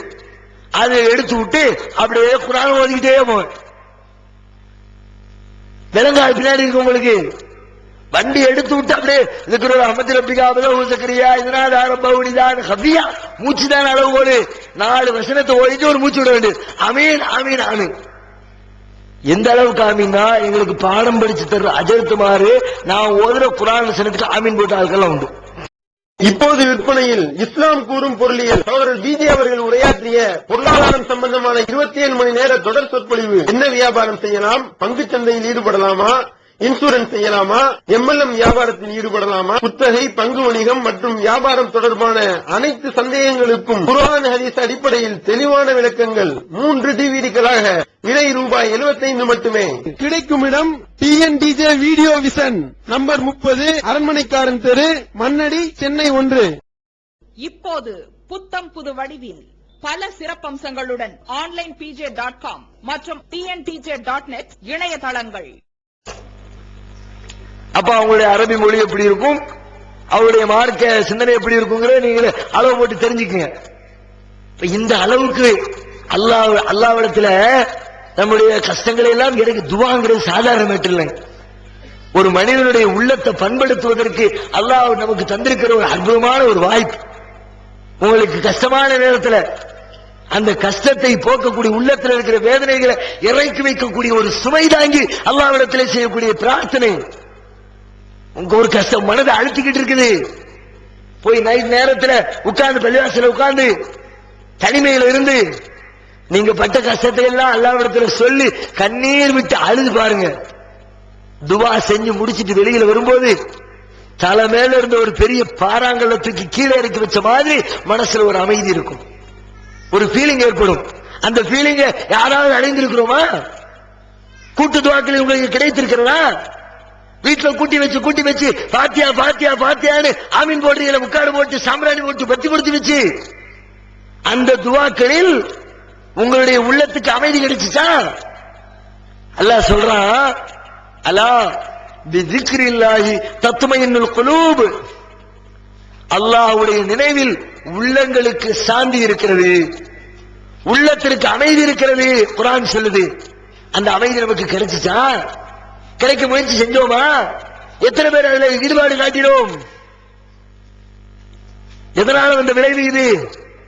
துவா சம்பந்தமாக அல்லாஹ் என்னவெல்லாம் சொன்னாலும் அதை முழுசா ஃபாலோ பண்ணாம அறகுறையா ஃபாலோ பண்ணினதுனால அல்லாஹ்விற்கும் அடியானுக்கும் இடையில ஏற்பட வேண்டிய ஒரு அற்புதமான பந்தம் இந்த இஸ்லாமிய சமுதாயத்திலே அருந்து போய் கிடக்கிறது. முழுசா துவாவில் முழுசா செய்யுங்க. ஒன்னையும் அது மாதிரி நம்பிக்கை, துவா கேட்கும் போது நம்பிக்கை. அல்லாஹ்விடத்துல தனியா கூட பல பேர் துவா செய்யறோம், ஆனா அந்த அல்லாஹ்வை எப்படி நம்பணுமோ அப்படி முழுசா நம்பி துவா செய்யறோமானா அதுவும் இல்ல. துவாவுடைய முறைகள்ல தப்பு. துவா கேட்கும் போது அல்லாஹ்வை பத்தி என்ன நினைப்போடு துவா கேட்கணுமோ அதுலயும் தப்பு தவறுமா நம்பிக்கை. அல்லாஹ்விடத்துல துவா செஞ்சா ஒரு மனுஷன் லெவலுக்கு நின்று கொண்டு ஒரு மனிதனிடத்துல கேட்டா என்னத்தை கேட்போமோ அப்படித்தான் முஸ்லிம்கள் கேட்கணும். அல்லாஹ்விடத்துல எல்லா முடியாத காரியத்தையும் முடித்து வைக்கிற ஆற்றல் படைத்த இறைவனிடத்திலே கேட்கிறோம் என்ற உணர்வு முஸ்லிம்களிடத்தில் கிடையாது. அல்லாஹ்விடத்துல துவா செய்யும் போது ஒருத்தர் 5000 ரூபாய் சம்பளம் வாங்குறாரு, அவருக்கு 5000 ரூபாய் பத்தல, குழந்தைக்கு சாப்பாட்டுக்கு சரியான பத்தல, வீட்டு வாடகை கொடுக்க முடியல, ரொம்ப சிரமமா வாழ்க்கையை ஓட்டுறாரு. அவர் அல்லாஹ்விடத்துல துவா செய்வது எப்படி செய்கிறார்? பழக்கத்தில் எப்படி செய்யறாங்க? யா அல்லாஹ் 5000 ரூபாய் சம்பளம் கிடைக்குது, குடும்பத்தை ஓட்டுறது ரொம்ப கஷ்டமா இருக்குது, மாசம் வாடகைக்கு வீட்டு வாடகை ஒரு பெரிய தொகை காலி ஆயிருது, அதனால கூட ஒரு 2000 ரூபாய் சேர்த்து 7000 ரூபாய் அளவுக்கு வருமானம் வர்ற மாதிரி எனக்கு ஒரு ஏற்பாடு பண்ணித்தா அல்லாஹ் அப்படின்னு கேட்கிறாங்க. 10,000 ரூபாய் வாங்குறவரு எல்லாம் ஒரு 15,000 ரூபாய்க்கு ஹெல்ப் பண்றாள். 50,000 ரூபாய் வாங்குறவரு 1,00,000 ரூபாய்க்கு ஹெல்ப் பண்றாள். ஒவ்வொருத்தரும் ஒவ்வொரு ஸ்டேட்டஸ்ல நின்று கேட்கிறாங்க. 5,000 ரூபாய் சம்பளம் வாங்குற ஒருத்தர் யாரெல்லாம் எனக்கு அடுத்த மாசத்துல இருந்து 5,00,000 ரூபாய் சம்பளம் கொடுக்கறதுக்கு உதவி செய்யறா என்று யாராவது கேட்கிறாங்களா? கேட்கறது தெரிஞ்சா என்னத்துக்கு ஆகும்? வெளியில பாடுறா வாங்குற சம்பளம் 5,000, இவங்களுக்கு அடுத்த மாசம் 5,00,000 ரூபாய் கிண்டல் தான் பண்ணுவான். ஆனால் ஒரு உண்மையில் எப்படி துவா செய்ய வேண்டும்? என்னால இந்த மாசம் 5,000 ரூபாய் சம்பளம் வாங்கிக்கிட்டு இருக்கிற என்னால் அடுத்த மாசம் 5,00,000 வாங்கக்கூடிய திறமையை வளர்க்க முடியாது. ஆனால் படைத்த இறைவன் நினைத்தால் 5000 வாங்கிட்டு எனக்கு அடுத்த மாசம் 5 கோடி சம்பளம் கிடைக்கின்ற வேலையை செய்து தருவான். தருவான இது அல்லாஹ்வுக்கு முடியுமா இல்லையா? அல்லாஹ்வால் முடியும் என்று உள்ளத்தில் ஆழமான நம்பிக்கை இருந்தா 5000 ரூபாய் பார்ட்டி 7000 ரூபாய் கேட்க மாட்டாரு. 10,000 ரூபாய் பார்ட்டி 15,000 ரூபாய் கேட்க மாட்டாரு. அவருடைய உள்ளத்தில் என்னவெல்லாம் கனவுகளாக வைத்திருக்கிறாரோ அது எல்லாத்தையும் அல்லாஹ்விடத்தில் கொட்டி கேட்பாரு. அதத்தா இதத்தா நாளைக்கு அம்பானியோட ரிலையன்ஸோட போட்டி போடக்கூடிய காசு பணத்தை யாரு கேட்பா? தெருவில் குப்பை பொறுக்கி கொண்டிருக்கிற ஒரு தோட்டி கேட்பார். எப்படி இன்னைக்கு 5 ரூபாய் வருமானம் இல்ல, நாளைக்கு உலக பணக்காரனோடு போட்டி போடுற அளவுக்கு எனக்கு செல்வத்தை கொடுறான், யாரும் கேட்கறது இல்ல. ஏன்? அல்லாஹ்வுக்கு அது முடியும்னு நம்முடைய உள்ளத்துல ஆழமா பதிய. அதான் மேட்டு. பிள்ளை இல்லாத ஒருத்தர், குழந்தை இல்ல, அல்லாஹ் ஒருத்தர் துவா செய்யறாரு. கல்யாணம் முடிஞ்சு 5 வருஷம் ஆச்சு, துவா செய்யறாரு. 7 வருஷம் ஆச்சு, துவா செய்யறாரு. 45 வயசு ஆயிடுச்சு, துவா செய்யறாரு. 50 வயசு ஆயிடுச்சு, துவா செய்யறாரு. அல்லாஹ் பிள்ளைதான். அதுக்கு பிறகு லெவல் என்ன? வயசாயிடுச்சு, 60 வயசு 70 வயசு ஆயிடுச்சு, பிள்ளை இல்ல. 70 வயசில் இருக்கக்கூடிய ஒரு தம்பதியர், யா அல்லாஹ் எனக்கு பிள்ளைய தாடா ரப்பேன்னு எங்கேயாவது கேட்டு கேள்விப்பட்டிருக்கிறோமா? அவரே என்ன பண்ணுவாரு? வயசு 70 ஆச்சுப்பா, முடிஞ்சு போச்சுப்பா, இதுக்கு பிறகு என்ன, இனிமே எங்க பிள்ளை பிறக்க போது, இனிமே நம்ம எப்படி வேலை தாளாக போறோம், அவ்வளவுதான், முடிஞ்சு போச்சு, காலம் போச்சு, இனிமே போய் சேர வேண்டியதுதான் என்றுதான் எல்லோரும் நம்புகிறார்கள். அப்படித்தான் எல்லாரும் நினைக்கிறாங்க. 70 வயசு ஆயிடுச்சுன்னா இனிமே முடியாது. யாருக்கு முடியாது? உலகத்தில் இருக்கிற டாக்டருக்கு முடியாது, சாதாரண மனுஷனுக்கு முடியாது, படைச்ச ரப்புக்கு முடியுமா முடியாதா? அதான் கேள்வி. சாதாரணமா மனுஷன் இதை கேள்விப்பட்டாம சிரிப்பான். ஒரு 40 வயசுல பிள்ளைக்காண்டி ஒருத்தர் டாக்டர் போயிட்டு வர்றார், மருத்துவம் எடுத்துக்கிறார், அதுக்கு நாங்க போயிட்டு வர்றேன்னு சொன்னா ஏத்துக்குவோம். ஒரு 70 வயசு நன்னா ஒருத்தர் கையில ஃபைலோட வர்றார், பெருசு எங்க போயிட்டு வர்றீங்க? அதான்ப்பா பிள்ளைல டாக்டர் போய் பார்த்து செக்அப் பண்ணிட்டு வர்றேன்னு சொன்னா நாம என்ன சொல்லுவோம்? பத்தியா பெருசுக்கு ஆசையை பத்தியா 70 வயசுல மனுஷன் சொல்லுவோம் இது முடியாதுன்னு நினைச்சுக்கிட்டு. ஆனால் படைச்ச ரப்புக்கு அவனுடைய ஸ்தானத்திலிருந்து சிந்திச்சு பார்த்தா 70 வயசு என்ன 110 வயசு கிடந்தாலும் அவனால் கொடுக்க முடியும். அது மாதிரி நம்பிக்கிட்டு அல்லாஹ்விடத்துல கையேந்தணும். முடியாதுன்னு இழப்ப அல்லாஹ்விடத்துல கேளு. ஜக்கரியா அலைஹிஸ்ஸலாத்துடைய வாழ்க்கை திருமறை குர்ஆன் எடுத்து சொல்கிற அற்புதமான ஒரு உதாரணம். ஜக்கரியா அலைஹிஸ்ஸலாம் அல்லாஹ்விடத்துல துஆ செய்றாங்க. யா அல்லாஹ் ரப்பி இன்னி வஹனல் அல்மு மின்னி வஸ்தால ரஸு ஷைபா. இறைவா, என்னுடைய எலும்பெல்லாம் பலகீனம் அடைந்து விட்டது, என்னுடைய முடியெல்லாம் நரைத்து விட்டது. உம்ராத்தி ஆக்கிர், என்னுடைய மனைவியும் மலடியாக இருக்கிறாள், குழந்தை பெற தகுதியற்றவளாக இருக்கிறாள் அப்படின்னு தன்னுடைய இயலாமைய அல்லாஹ்விடத்துல சொல்றாங்க. அதுக்கு என்ன அர்த்தம்? எலும்பு பலகீனம் ஆயிடுச்சு, முடி நரைச்சு போச்சு, மனைவி மலடி, அதுக்கு என்ன அர்த்தம்? இனிமே எனக்கு புள்ள பெற வாய்ப்பு இல்லை, அதான் அர்த்தம். அப்படிப்பட்ட நிலைமையில இருக்க ஒருத்தர் கேட்கணும், எல்லாம் ரொம்ப வயசாயிடுச்சு, இனிமே புள்ள பெற முடியாது, அதனால கடைசி காலத்துல படுக்கையில போட்டுறாம அப்படியே நடமாடிக்கிட்டு இருக்கும் போது என் உசிரை எடுத்துக்கிறாள் கேட்டா நியாயம்னு நம்ம சொல்லுவோம். ஆனா ஜக்கரியா அலைஹிஸ்ஸலாம் என்ன கேட்டாங்க தெரியுமா? சொல்றாங்க, என் எலும்பு பலகீனமாய் விட்டது, என் தலையெல்லாம் முடி நரைத்து விட்டது, வலம் அகும்பி துஆயிக ரப்பி ஷக்கியா, ஆனாலும் இறைவா உன்னிடத்திலே எனக்கு ஒரு பிள்ளையை தாய் என்று கேட்காமல் நான் இருக்க மாட்டேன். இப்பவும் கேட்கிற எனக்கு ஒரு பிள்ளையை கொடு. உலகம் சொல்லுது எனக்கு பிள்ளை பிறக்காதுன்னு, மருத்துவர்கள் சொல்லுகிறார்கள் எனக்கு பிள்ளை பிறக்காது என்று. நான் மருத்துவன்ட்ட கேட்கல, உலகத்துல கேட்கல, மனுஷன் கேட்கல, இதையெல்லாம் முடித்து வைக்கிற ஆற்றல் படைத்த இறைவா ஓன்ட்ட கேட்கிற எனக்கு பிள்ளையை கொடு. எவ்வளவு ஆழமான நம்பிக்கை உள்ளத்திலே பதிந்திருந்தால், அல்லாஹ்வை பற்றி புரிந்திருந்தால், ஜக்கரியா அலைஹிஸ்ஸலாம் அவர்களுடைய பிரார்த்தனை இந்த அளவிற்கு மிக தெளிவாக இருக்கும் என்பதை யோசித்து பார்க்க வேண்டும். இது மாதிரி நம்பும் போது அல்லாஹ்வை முழுசா நம்பணும், மனுஷன மாதிரி அல்லாஹ்வை நம்ப கூடாது. துஆ செய்யும் போது அல்லாஹ் எப்படி துஆ செய்ய சொன்னாலும் அதை முழுசா ஃபாலோ பண்ணணும். துவாவை செய்வேன்றதை மட்டும் எடுத்துக்கிட்டு அதனுடைய விதிமுறைகளை விடக்கூடாது. இதே மாதிரி ஒவ்வொரு காரியத்திலும் தொழுகையா தொழுவேன்றதை மட்டும் எடுத்துக்க, எப்படி ரசூலுல்லாஹ் தொழ சொன்னார்கள் அதையும் சேர்த்து ஃபாலோ பண்ணு.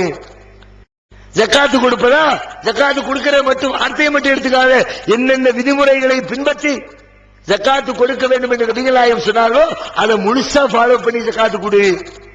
ஹஜ்ஜுக்கு போ, ரசூலுல்லாஹ் எப்படி எல்லாம் ஹஜ் செய்ய வேண்டும் என்று சொல்லி தந்தார்களோ அந்த முழுமையான விதிமுறைகளை பின்பற்றி ஹஜ்ஜை செய்து முடி, நோன்பை வைத்து முடி, வியாபாரத்தை செய்து முடி, குடும்ப வாழ்க்கையை நடத்தி முடி. ஒவ்வொரு காரியத்திலும் அரை குறையாக இஸ்லாத்தை எடுத்துக்கொள்ளாமல் அது குறித்து என்னவெல்லாம் சொல்லப்பட்டிருக்கிறதோ அவைகள் அனைத்தையும் முழுமையாக எடுத்து பார்த்து நம்முடைய வாழ்க்கையில் முழுசா பின்பற்றணும். பாதியை எடுத்துக்கிட்டு பாதியை விடுறதுக்கு ரைட்ஸ் இல்ல. ஏன் அல்லாஹ் தெளிவா சொன்னா, யா அய்யுஹல்லதீன ஆமனூ உதுகுலூ ஃபிஸ்ஸில்மி காஃபா, மூமின்களே நீங்கள் இஸ்லாத்தில் முழுமையாக நுழையுங்கள் சொல்லிட்டு அடுத்து சொல்றான், வலா தத்தபியூ குத்வாத்தி ஷைத்தான், ஷைத்தானுடைய அடிச்சுவடுகளை பின்பற்றாதீர்கள். ஏன் சொல்றான்? முதல்ல முழுசா ஃபாலோ பண்ணுன்னு சொல்லிட்டு அடுத்த வரியில சொன்னா ஷைத்தான ஃபாலோ பண்ணாத. என்ன அர்த்தம்? அறகுறையா ஃபாலோ பண்ணுனா ஷைத்தான ஃபாலோ பண்றன்னு அர்த்தம். முழுசா ஃபாலோ பண்ணுனா அல்லாஹ்வுக்கு கட்டுப்படுவதாக அர்த்தம். அரைகுறையாக பின்பற்றினால் ஷைத்தானுடைய வழியில் செல்கிறோம் என்ற அர்த்தம். நம்ம எதுல எல்லாம் பாதி மார்க்கத்தை ஃபாலோ பண்ணி பாதியை விடுறோமோ, அரைகுறையான காரியத்தை செய்யறோமோ அவை அனைத்தும் ஷைத்தானுடைய காரியம் என்பதை தெரிந்து கொள்ள வேண்டும். இன்னைக்கு இருக்கிற முஸ்லிம்கள்ல எத்தனையோ பிரிவுகளை பார்க்கிறோம். ஆனா குர்ஆன் இந்த பிரிவுகளை வலியுறுத்துதா, ஆதரிக்குதா? அல்லாஹ் குர்ஆன்ல தெளிவா சொல்றான், வ அன்ன ஹாதா சிராத்தி முஸ்தகீமன் ஃபத்தபியூ வலா தத்தபியூ சுபுல ஃபதஃபர்ரக பிகும் அன் சபீலிஹி. இதோ இந்த ஒரே ஒரு நேரிய பாதையை பின்பற்றுங்கள், பல பாதைகளை பின்பற்றாதீர்கள். பல வழிகளை பின்பற்றினால் அது உங்களை நேரிய வழியில் இருந்து வழியில வர செய்துவிடும். இஸ்லாம்ங்கிறது ஒரு ரூட்டு தான், ஒரு கொள்கை தான், ஒரு வழிபாடு தான். அதுல பல வழிகளுக்கு வேலை இல்லை. எத்தனை வழியா நீ பிரிச்சுக்கிட்டாலும் அதுல ஒரு வழிதான் சரியான வழி, மற்றதெல்லாம் பொய்யான வழி. அது என்ன வழி? குர்ஆனும் ஹதீஸும் சொல்லித் தரக்கூடிய அந்த ஒரு வழி மட்டும்தான் நேரிய வழி. இதை விட்டுட்டு நீ வேற எந்த வழியை எடுத்தாலும் அவை அனைத்துமே இஸ்லாத்திற்கு எதிரான வழிமுறைகள் தான் என்பதை திருமறை குர்ஆன் சொல்லித் தருது. இன்னைக்கு பார்க்கிறோம், இஸ்லாத்தின் பெயரால் எத்தனை பிரிவுகள் பிரிந்து கிடக்கிறார்களோ அவர்கள் அத்தனை பேருமே நாங்களாம் சரியான ரூட்டு, நாங்க போறதுதான் கரெக்ட். இங்க வந்து கேளுங்க, குர்ஆன் ஹதீஸ் தௌஹீத்வாதியா இவர் என்ன பேசுறாரு? நாம் போற பாதை தான் கரெக்ட், மத்தவங்க போறது தப்புன்னு தௌஹீத் ஜமாத் சொல்லுது. தரீகாக்காரன் போய் நில்லுங்க, அவங்க என்ன சொல்றாங்க? நாங்க போடுற ஹல்கா திக்ர் இந்த ரூட்டு தான் கரெக்ட், மத்த எல்லாரும் போற ரூட்டு தப்புன்னு அவர் சொல்றார். ஹனபி மதம்காரன் போய் கேளுங்க, இதுதான் கரெக்ட், ஷாஃபி தப்புங்கிறார். ஷாஃபிட்ட போய் கேளுங்க, மத்த எல்லாம் தப்பு, நான் தான் கரெக்ட்ங்கிறார். இப்படி எத்தனை பிரிவு இருக்கிறதோ அத்தனை பிரிவுகளுமே தாங்கள் செல்லுகிற பாதை மட்டுமே சரியான பாதை என்றும் மற்ற எந்த பாதையும் சரியில்லை என்றும் எல்லாரும் சொல்கிறார்கள். தாங்கள் செல்லக்கூடிய பாதை சரி என்பதற்கு அவர்கள் காட்டக்கூடிய ஆதாரம் என்ன? நாங்க இப்படி செய்யறோம், அது குர்ஆன்ல இருக்குது, அதனால இது சரி. நாங்க இப்படி செய்கிறோம், அது நபிகள் நாயகத்தின் போதனைகள் இருக்குது, அதனால இது சரி என்று குர்ஆனையும் ஹதீஸையும் எடுத்து வைக்கிறார்கள். ஆனால் சற்று நிதானமாக ஆய்வு செய்து பார்த்தால், இவ்வளவு நேரம் பேசிட்டு வந்தோமே, குர்ஆனையும் ஹதீஸையும் சொல்லுவாங்க, ஆனா முழுசா சொல்ல மாட்டாங்க. பாதியை சொல்றது, பாதியை விட்டுறது. அதனால தான் இத்தனை பிரிவு, அதனால தான் இத்தனை கோளாறு, அதனால தான் இத்தனை பிளவுகளாக இஸ்லாமிய சமுதாயம் எந்த ஒரு பிரச்சனையும் முழுமையாக கையில் எடுத்து ஆய்வு செய்து பார்க்காமல் அரைகுறை பார்வையோடு பார்த்துவிட்டு தவறான வழியை தேர்ந்தெடுத்து ஷைத்தானை பின்பற்றிக் கொண்டிருக்கிறார்கள். முழுசா ஃபாலோ பண்ணலாட்டி ஷைத்தானுடைய வழியை அல்லாஹ் சொல்லிவிட்டான். அந்த அடிப்படையில் நீங்க சொல்றதா இருந்தா இன்றைக்கு அங்கே துளிர் விட்டு வளர்ந்து கொண்டிருக்கிற ஒரு அமைப்பு ஜிஹாதை முன்னிறுத்தி அல்லாஹ்வுடைய பாதையில் போர் செய்யணும்னு ஒரு குரூப் கிளம்பி இருக்கு. போர் செய்யத்தான், அதை நாம மறுக்கல. அல்லாஹ்வே குர்ஆன்ல போர் செய்யற வலியுறுத்தினான். உங்களுக்கு என்ன நேர்ந்தது? ஏன் போர் செய்யாம இருக்கிறீங்க? போர் செய்ய அனுமதி வழங்கியாச்சு, போர் செய்யறது விதியாக்கியாச்சு, போர் தளவாடத்தை தயார் பண்ணிக்க. இப்படி பல்வேறு வழிகளில் திருமறை குர்ஆனுடைய பல்வேறு வசனங்களில் போர் செய்வதற்கு ஆர்வமூட்டி இறைவன் திருக்குர்ஆனிலே வசனத்தை இறக்கி வைத்திருப்பதை பார்க்கிறோம். இப்ப பிரச்சனை என்ன? நமக்கு இடையில சில பேர் வந்து நின்றுக்கிட்டு நாமளும் போர் செய்யணும், போர் செய்யணும் அல்லாஹ் சொல்லி இருக்கிறான், அல்லாஹ் போர் செய்யணும் மட்டுமா சொன்னான், அதுக்கு விதிமுறைகளை சொல்லித் தரலையா? வெளிவந்து விட்டது தவறான வாதங்களும் தக்க பதில்களும். சகோதரர் பிஜே அவர்கள் உரையாற்றிய ரமலான் மாத தொடர் சொற்பொழிவு. மறைவான ஞானம் அல்லாஹ்வை தவிர வேறு யாருக்கும் உண்டா? சத்தியம் எது, அசத்தியம் எது? இறந்தவர்களால் செவியேற்க முடியுமா?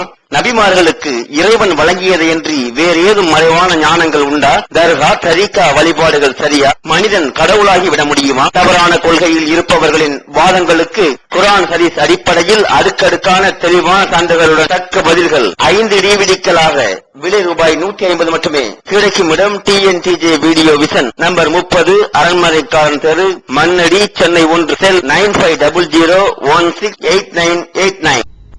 உணர்வு முஸ்லிம் சமுதாயத்தின் நம்பர் 1 தமிழ் வார இதழ். உறங்கி கிடந்த முஸ்லிம்களின் உணர்வுகளை தட்டி எழுப்பதற்கு 13 ஆண்டு கால வரலாற்று சாதனை படைத்த ஒரே இதழ் உணர்வு. செய்திகளின் நடுநிலைமை, விமர்சனங்களின் நேர்மை, சமுதாய செய்திகளுக்கு முன்னுரிமை, இஸ்லாத்தின் எதிரிகளை அடையாளம் காட்டுதல், அரசியல், ஆன்மீகம் பற்றிய கேள்விகளுக்கு ஆணித்தரமான பதில்கள், ஆய்வு கட்டுரைகள், பல சுவையான அம்சங்களுடன் வெளிவரும் உணர்வின் வாசக சமுத்திரத்தில் நீங்களும் சங்கமமாகுங்கள். ஆண்டு சந்தா உள்நாடு ரூபாய் 400, வெளிநாடு ரூபாய் 2300, தனி இதழ் ரூபாய் 8. உங்கள் டிராஃப்ட்களை Muslim media trust, number 7, Vadamaraikkal street, 2nd floor, Mannady, Chennai 1 என்ற முகவரிக்கு அனுப்பி வையுங்கள். விதிமுறைகளை எல்லாத்தையும் ஓரம் கட்டிடுவாங்க. அங்க பார், குஜராத்தை பார், நம்ம மக்கள் கஷ்டப்படுறாங்க. கோயம்புத்தூரை பாரு, நம்ம மக்கள் அநியாயமா கொண்டு விட்டாங்க. பாம்பே பாரு, முஸ்லீம்களை தீ வச்சு கொளுத்துறாங்க. அதனாலவா நம்ம எதிராளியோட சண்டை போடணும், ஜிஹாதுக்கு வா, போர் புரியவான்னு சொல்லி கூப்பிடுறாங்க. போருக்கு வான்னு கூப்பிட்டிய, போர் சம்பந்தமா அல்லாஹ் என்னவெல்லாம் சட்டம் சொன்னாலும் அதையெல்லாம் சேர்த்து பாத்தியா? நோன்பு வைன்னு அல்லாஹ் சொன்னான். நைட்டு மகரிபில சகர் வச்சு காலையில சுபுகளை நோன்பு துறப்புமா? நோன்பு வைன்னு அல்லாஹ் சொன்னான்ல, நோன்பு வைக்கணும்பா, பட்டினி கிடக்கணும்பா. மகரிபு வாங்க சொன்ன உடனே சகர் சாப்பிட வேண்டியது, சுபு வாங்க சொன்ன உடனே இஃப்தார் நோன்பு தொடங்க வேண்டியதுன்னு சொல்லுவோமா? செய்ய மாட்டேயே. நோன்பு வைக்க சொன்ன அல்லாஹ் நோன்புக்குரிய டயத்தையும் சொன்னா, காலையில வைக்கணும்னா, பகல் பொழுதுல பட்டினி கிடக்கணும்னு சொன்னா சேர்த்து பாக்குறோம்ல. நோன்பு வைக்க சொன்னால மாதவிடாய்க்கார பெண்கள் வைக்க கூடாதுன்னு சொன்னா, விதிமுறைகளை சேர்த்து பார்ப்பதை போன்று இந்த போருக்கு வாருங்கள், ஜிஹாத் செய்ய வாருங்கள் ஒரு குரூப் கிளம்பி இருக்கிறாங்க.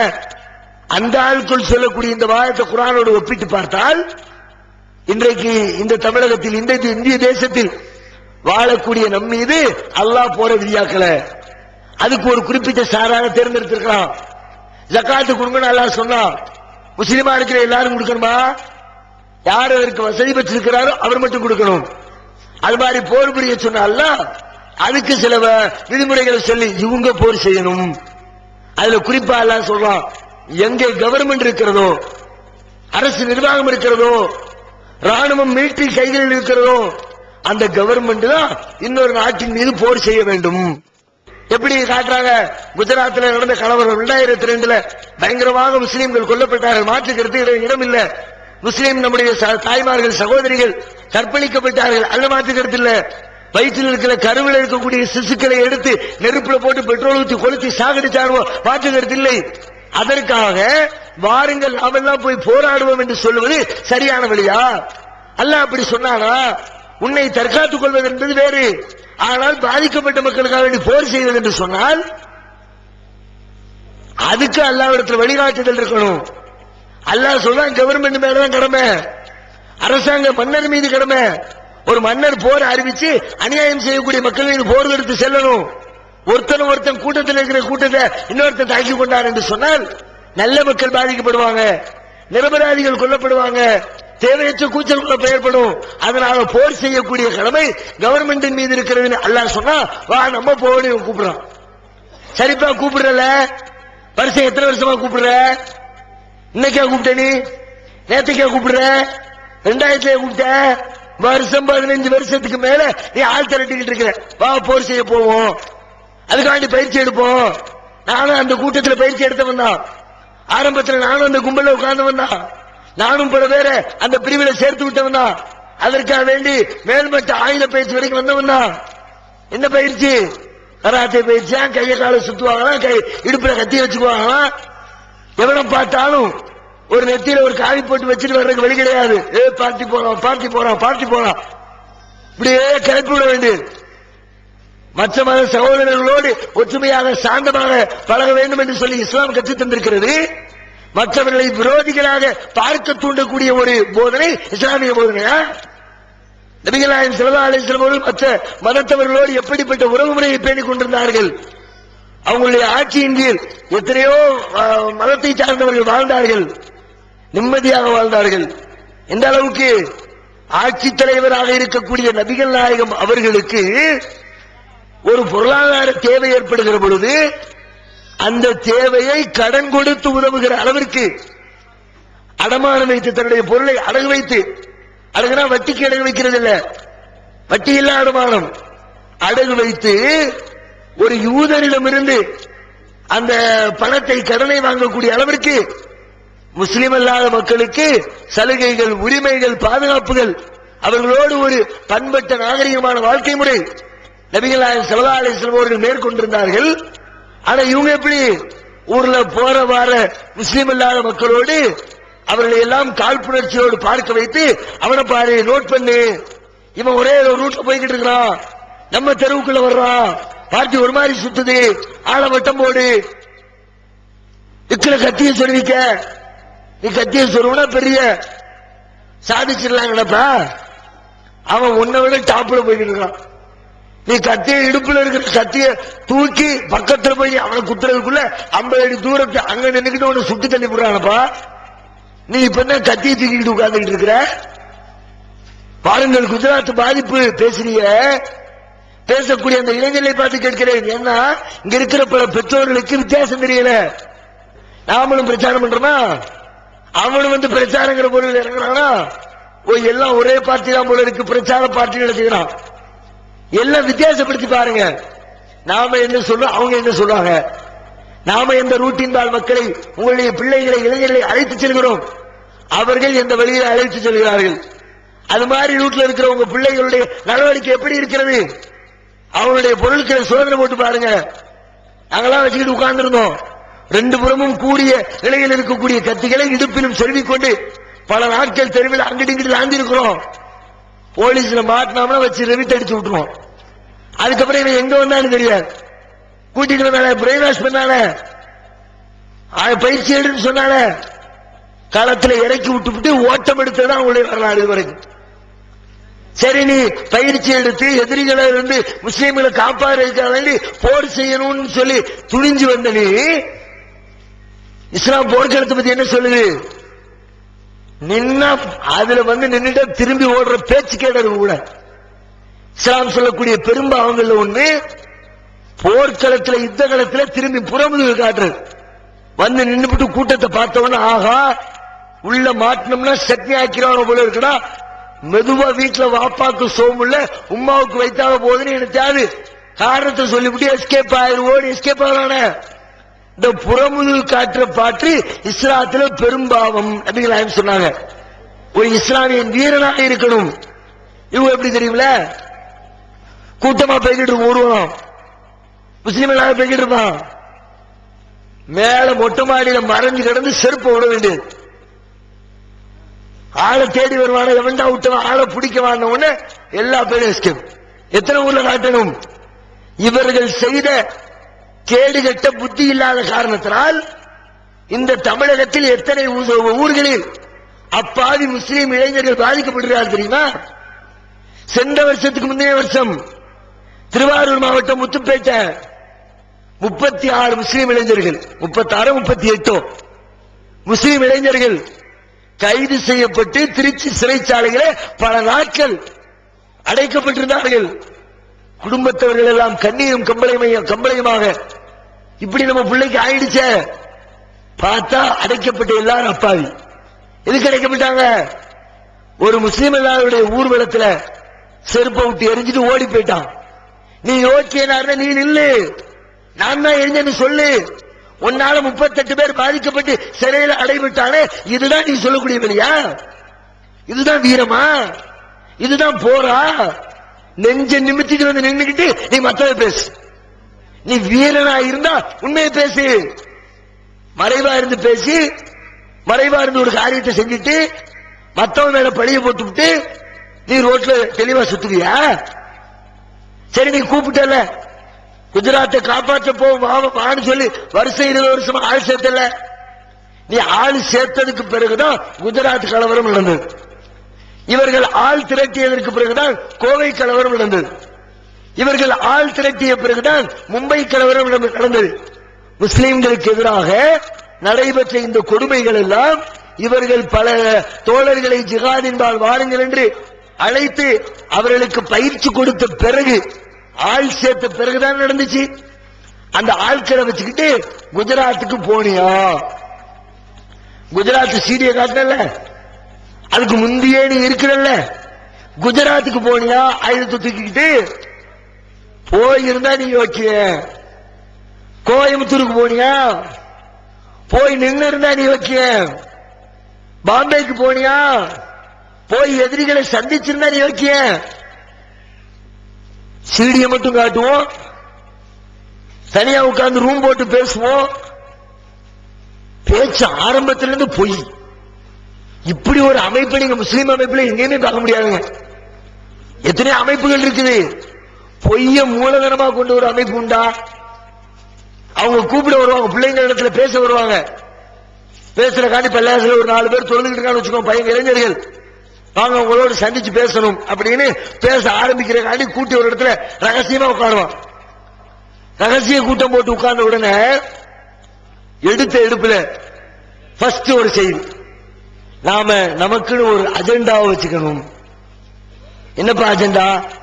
இப்ப நம்ம கூடி உட்கார்ந்து பேசுறோம்ல, அப்ப யாராவது வந்து கேட்டா நாம என்ன பதில் சொல்றது? என்னத்தை பேசிக்கிட்டு இருக்கிறோமோ அதை சொல்லு பதிலா. இதை பேசிக்கிட்டு இருக்கோம் சொல்லி இதுல என்ன, இதுக்கு என்ன தனியா திட்டம் போடுறது?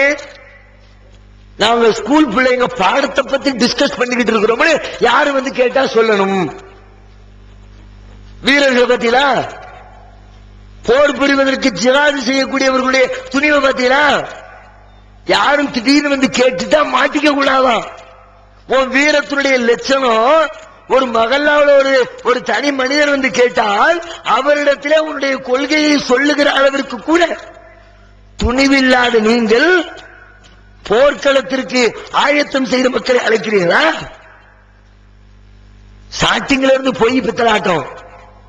எல்லாம் ஒற்றுமையா இருக்கணும், ஒற்றுமையா இருக்கணும், ஒற்றுமை வேணும். சரி, ஒற்றுமை வேணும், அதுக்கு என்ன செய்யறது?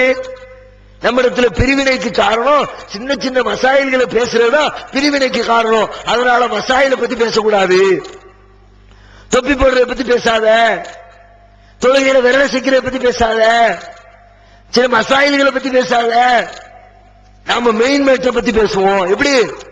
நீ விரல ஆற்றுறதா நீட்டுறதான் பேசிக்கிட்டு இருக்கிற, எதிராளி வந்து விரலையே வெட்டிட்டு போய்கிட்டு இருக்கிறான்.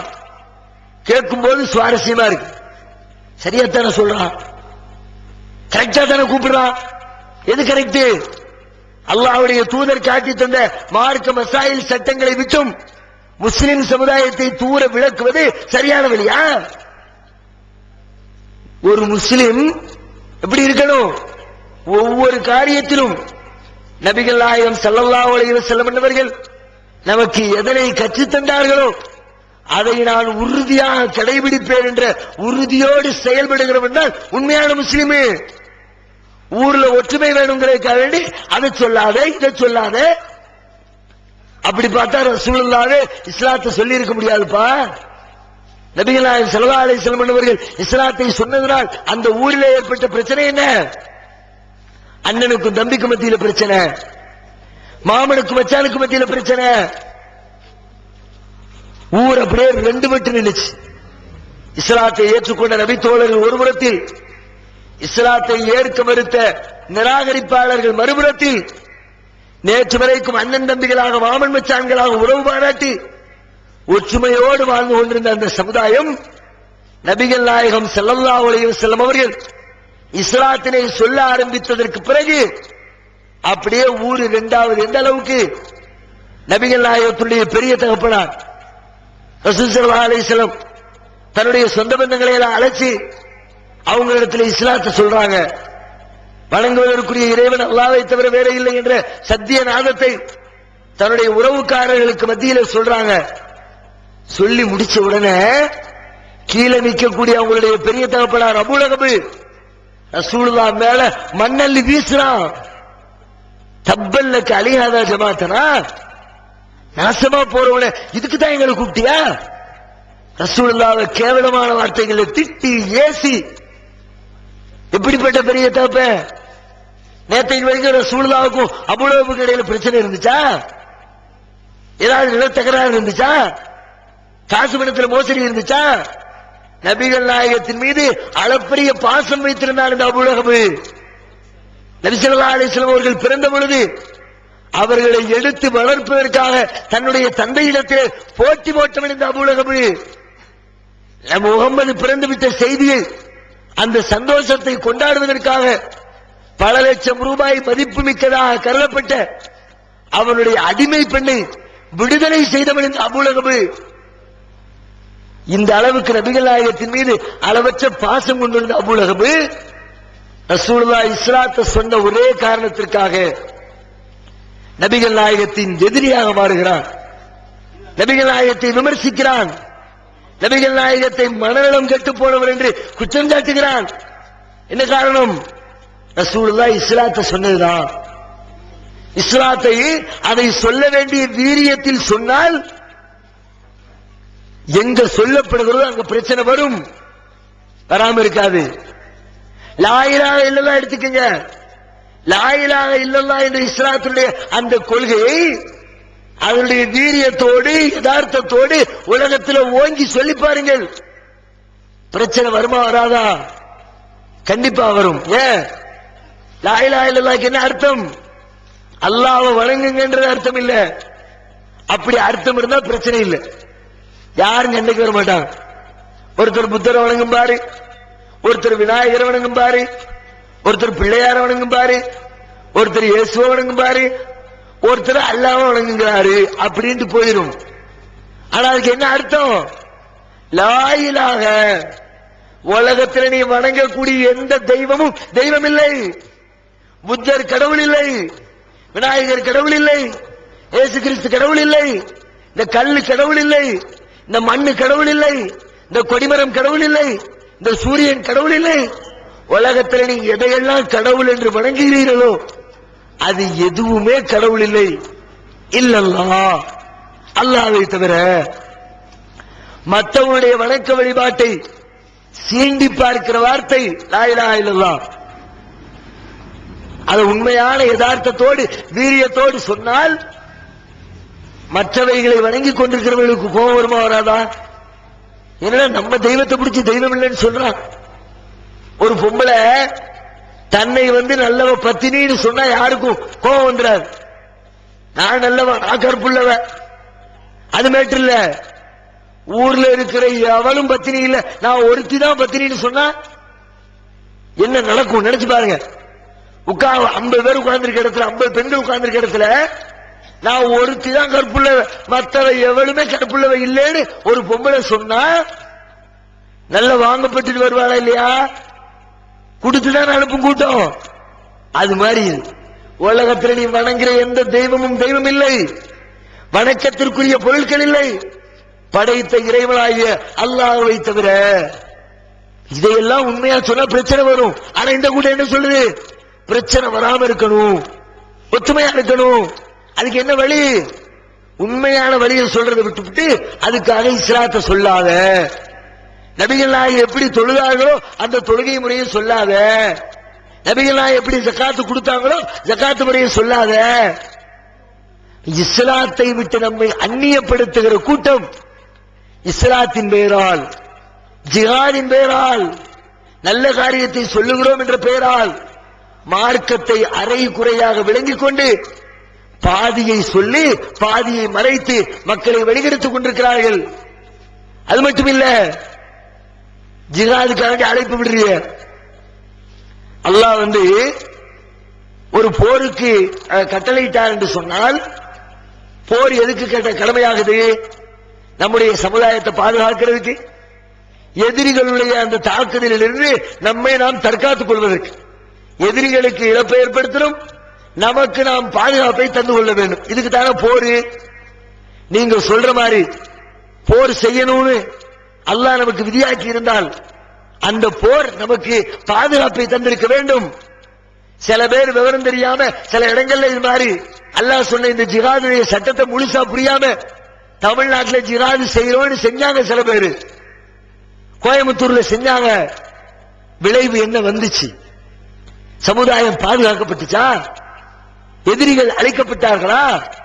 ரிசல்ட் என்ன? இவன் ஜிஹாதுன்னு எதிரிகளை தாக்கினார், பாதிக்கப்பட்டது நம்முடைய சமுதாயம். 10 வருடம் 16 வருடம் சிறை கொட்டடிகளில் மாற்றிக்கொண்டு இன்றைக்கு வரைக்கும் முழித்துக் கொண்டிருக்கிறார்கள் கோவைவாசிகள். எத்தனை பெரிய இழப்புக்கு ஆளாகி இருக்கிறது. காரணம் இந்த ஜிஹாது தான். அல்லாஹ் சொன்ன ஜிஹாத அல்லாஹ் சொன்ன அடிப்படையில் செஞ்சிருந்தா இந்த பிரச்சனை வராது. யாரு செய்ய வேண்டும், எவ்வாறு செய்ய வேண்டும் அல்லாஹ் விதியாக்கினாலும் அந்த விதிமுறைகளை விட்டுப்புட்டு ஜிஹாது செய்வோம் கையில குண்டை தூக்கிட்டு போனதனுடைய விளைவு எத்தனை குடும்பம் நடுச்சந்தைகளை நிறுத்தப்பட்டுச்சு, எத்தனை பிள்ளைகள் அனாதைகளாக்கப்பட்டார்கள். குடும்ப வாழ்க்கைக்காக தங்களுடைய ஜீவனத்திற்காக எத்தனை பேர், எத்தனை பெண்கள் தங்களுடைய மான மரியாதையை விற்கிற அளவிற்கு, தங்களுடைய கற்புகளை எல்லாம் விலை பேசுகிற அளவிற்கு இந்த சமுதாயம் பாதிக்கப்பட்டுச்ச. அந்த பாதிப்பில் இருந்தாவது நீ பாடம் படிக்க வேண்டாமா? இந்த ஜிஹாது தானே நம்மளை நடுத்தரவில் நிப்பாட்டிச்சு. அர்த்தம் முடியாத ஜிஹாது, முழுமையாக தெரிந்து கொள்ளப்படாத ஜிஹாது நம்முடைய சமுதாயத்தை ஊனப்படுத்தி இருக்கிறது. அவங்க சொல்லக்கூடிய எந்த வாதமும் ஏற்கத்தகுந்த சரியான காரணங்கள் இல்லை. அது பொய்யான வாதங்களை சொல்லி இளைஞர்களை வழிகெடுத்துக் கொண்டிருக்கிறார்கள். அது மட்டுமில்ல, அதுல பல்வேறு போதனைகள். ஒரு போதனை பையத்து செய்யறது, அதுல ஒரு விதம் இருக்கிறது. உறுதிமொழி கொடுப்பது, உடன்படிக்கை எடுப்பது. என்ன உடன்படிக்கை? நமக்கு இடையில இந்த காரியத்தை எல்லாம் சரியாக செய்வோம், ஜிஹாத் செய்வோம், முறையாக தொழுவோம், சரியாக நோன்பெடுப்போம் சொல்லிட்டு அல்லாஹ்வுடைய மார்க்க கடமைகளை ஒருவருடைய கைகளை பிடிச்சு உடன்படிக்கை எடுக்கக்கூடிய பையத் என்ற செட்டப் ஒன்று இருக்குது. பையத்து செய்ய முடியுமா? பையத்து செய்யலாம். பையத்துனா என்ன? நான் ஒரு காரியத்தை சரியா செய்வேன்னு 2 பேருக்கு மத்தியில் ஏற்படக்கூடிய ஒப்பந்தம் தான் பையத்துன்னு சொல்றது. அல்லாஹ்வுடைய தூதருடைய காலத்துல நபிகள் நாயகம் ஸல்லல்லாஹு அலைஹி வஸல்லம் கைகள்ல நபி தோழர் வந்து பையத் செய்வாங்க. அல்லாஹ்வுடைய தூதரே, நாங்கள் சரியாக தொழுவோம், பெண்கள் மீது அவதூறு சொல்ல மாட்டோம், எங்கள் குழந்தைகளை கொள்ள மாட்டோம், அல்லாஹ் எங்களுக்கு விதியாக்கி இருக்கிற இஸ்லாமிய கடமைகளை கடைபிடிப்போம், இப்படி எல்லாம் பையத் செய்வாங்க. ரசூலுல்லாஹ் காலத்துல இருந்துச்சு. அதை காரணமாக காட்டிக்கிட்டு இன்னைக்கு இவர்கள் பையத் செய்கிறார்கள். உண்மையில பையத்னா என்ன? பையத் எதுக்கு? பையத் என்பது உடன்படிக்கை, ஒப்பந்தம். உடன்படிக்கை யார்கிட்ட செய்யணும்? யார் அதில் சம்பந்தப்பட்டிருக்கிறாரோ அவர்கிட்ட உடன்படிக்கை செய்யணும். உதாரணமா சொல்றாருன்னா, ஒரு கடை இருக்குது, கடையில போய் நம்ம சாமான் வாங்குறோம், காசை கொடுக்கிறோம் என்று சொன்னால் நமக்கும் கடைக்காரர்களுக்கும் மத்தியே ஒரு ஒப்பந்தம். நான் 10 ரூபா தருவேன், நீ 1/2 கிலோ கத்திரிக்காய் தா, நான் 1/2 கிலோ பருப்பு தர்றேன், நீ எனக்கு 40 ரூபாயை தா என்று சொல்லி நம்ம 2 பேருக்கு மத்தியே அது ஒரு உடன்படிக்கை. ஆனால் எழுதிக்கிறது இல்லை, கையெழுத்து போடுறது இல்லை, உடன்படிக்கை அதுதான். எந்த கடைக்காரர் இடத்துல போய் சாமான் வாங்குகிறோமோ அந்த கடைக்காரரிடத்துல போய் தான் பையத்து செய்யணும். அதை விட்டுவிட்டு எழுத்த கடையில் இருக்கிற மிளகாய எனக்கு 1 ரூபாய்க்கு தான்னு சொல்லி இந்த கடையில் இருக்கிறவர்கிட்ட வந்து உடன்படிக்கை செய்ய முடியுமா? அங்க இருக்கக்கூடிய சுண்ணாம்பு பாய்கிட்ட நான் உனக்கு 10 ரூபா தர்றேன், நீ எனக்கு தான்னு கேட்க முடியுமா? யாருக்கு பொருள் சொந்தமோ அவரிடத்தில் போய் உடன்படிக்கை செய்யணும். இவங்க உடன்படிக்கை செய்யறாங்க, அல்லாஹ்வுக்கு சொந்தமான கட்டளைகளை வேற யார்கிட்டயோ போய் உடன்படிக்கை. மார்க்கம் என்பது யாருக்குரியது? அல்லாஹ்வுக்குரியது. அலா லில்லாஹி தீனுல் காலிஸ். அறிந்து கொள்ளுங்கள், மார்க்கம் என்பது அல்லாஹ்விற்கு மாத்திரமே தனித்துவமானது, கலப்பற்றது. அல்லாஹ்விடத்துல பையத்து பண்ணணும். யா அல்லாஹ், நீ சொன்னபடி நான் முறையாக தொழுவேன், நீ சொன்னபடி முறையாக என் வாழ்க்கையை கடைபிடிப்பேன். அல்லாஹ்விடத்துல உடன்படிக்கை செய்யணும். அல்லாஹ் என்ன பண்ணணும்? அல்லாஹ் யார்த்தையாவது செய்யுங்கள் என்று அனுமதி கொடுத்தால் அவரிடத்தில் செய்யணும். அல்லாஹ் ரசூலுல்லாஹ்க்கு அனுமதி கொடுத்தான். இன்னல்லதீன யுபாயிஊனக இன்னமா யுபாயிஊனல்லாஹ். நபியே, உம்மிடத்திலே பையத்து செய்கிறவர்கள் அல்லாஹ்விடத்திலே பையத்து செய்தவர்களை போன்றாவார்கள். அல்லாஹ் ரசூலுல்லாஹ்க்கு அனுமதி கொடுத்தான். மார்க்க விஷயமாக பையத்து செய்வதாக இருந்தால், உடன்படிக்கை எடுப்பதாக இருந்தால், ஒன்னு அல்லாஹ்விடத்துல சொல்லு அல்லது அல்லாஹ்வுடைய தூதரிடத்துல சொல்லு. இந்த ரெண்டு பேரை தவிர வேற யாரிடத்திலும் சொல்ல முடியாதுன்னு குர்ஆன் சொல்லுது. ஆனா இவர்கள் மார்க்க விஷயத்திற்கு தங்களுடைய தலைவர்களிடத்தில் பையத்து செய்து இஸ்லாத்துடைய வழிமுறைகளை மீறிக் கொண்டிருப்பதை பார்த்துக் கொண்டிருக்கிறோம். அப்ப அவர்கள் முழுக்க முழுக்க நம்முடைய இளைஞர்களை வழியெடுப்பதற்காக இஸ்லாத்தின் பெயரால் அரைகுறையாக இஸ்லாத்தை புரிந்து கொண்டு ஜிஹாதுடைய சட்டங்களை முழுமையாக படித்து உணராமல் பாதியை ஏற்று பாதியை மறுத்து செயல்படுத்திக் கொண்டிருப்பதை பார்க்கிறோம். இது அல்லாஹ்வுக்கு பிடிக்காது. இது மட்டுமில்ல, இது மாதிரி எதிலெல்லாம் இஸ்லாத்துடைய கோட்பாடுகளில் சிலதை எடுத்து சிலதை மறுக்கிறோமோ அவை அனைத்தும் அல்லாஹ்வுடைய பார்வையில், திருமறை குர்ஆனுடைய பார்வையில் ஷைத்தானிய வழிமுறைகள் என்பதை புரிந்து கொள்ள வேண்டும். அல்லாஹ் ரப்பல் ஆலமீன் நம் அனைவரையும் இஸ்லாமிய மார்க்கத்தில் முழுமையாக நுழைந்து அதனை பின்பற்றுகிற மக்களாக ஆக்கி அருள் புரிவானாக. வாகிர் தஅவானா அல்ஹம்துலில்லாஹி ரப்பில் ஆலமீன். தமிழ்நாடு தௌஹீத் ஜமாஅத்தின் ஆதரவற்றோர் இல்லம் இறைவனுக்கு செய்ய வேண்டிய கடமைகளுக்கு அடுத்தபடியாக பெற்றோரை பேணுவது பற்றி இஸ்லாம் அதிகமாக வலியுறுத்துகிறது. பெற்றோரை பேணாதவர்கள் மறுமையில் வெற்றி பெற முடியாது என்று இஸ்லாம் அறிவுறுத்துகிறது. ஆயினும் இஸ்லாத்தின் இந்த கட்டளையை சில முஸ்லிம்கள் அலட்சியம் செய்து பெற்றோரை வீட்டை விட்டு விரட்டுகின்றனர். பெற்றோரை பிச்சைக்காரர்களாக மாற்றுகின்றனர். இந்த அவல நிலைக்கு பரிகாரம் காணும் வகையில் முதியோர் ஆதரவு இல்லத்தை தமிழ்நாடு தௌஹீத் ஜமாஅத் நடத்துகிறது. தாயன்புடன் உணவு, உடை, மருத்துவம் உள்ளிட்ட 24 மணி நேரமும் செவிலியருடன் கூடிய பராமரிப்பு மற்றும் தனி ஆம்புலன்ஸ் வசதி இவை அனைத்தும் முற்றிலும் இலவசமாக செய்து தரப்படுகிறது. அனாதைகளை அரவணைப்பவரும் நானும் சொர்க்கத்தில் இணைந்திருப்போம் என்ற நபிகள் நாயகம் ஸல்லல்லாஹு அலைஹி வஸல்லம் அவர்களின் அமுத மொழியை ஏற்று அனாதைகளை அரவணைக்கும் இல்லமும் தமிழ்நாடு தௌஹீத் ஜமாஅத் நடத்தி வருகிறது.